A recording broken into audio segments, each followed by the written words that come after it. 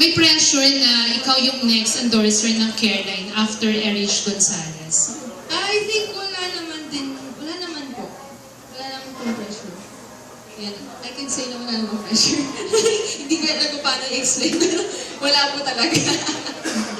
Pero kasi pag endorser ka, di ba, you have to protect your image. Ngayon naging endorser ka nga ng Careline, meron kang may mga sa contract mo, meron ka bang pinirmahan na bawal yung mga ganito?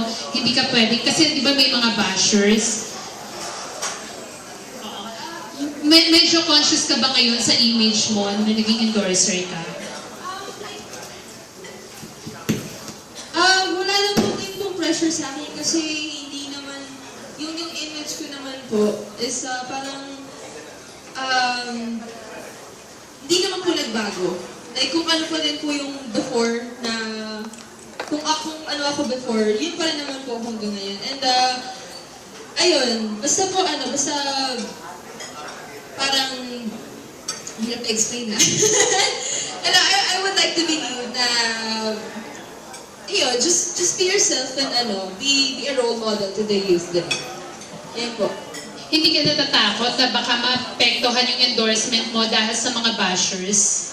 I think hindi naman po, kasi in-ignore ko lang naman po yung mga bashers eh. And as I said a while ago, you really can please everyone. And yung mga bashers na po yan, parang they just find a reason para sirain ka. And ako naman, hindi naman po ako nagpapa-apekto din po. So, I think wala naman po problema doon. Same question ko po para sa mga bosses ng Careline.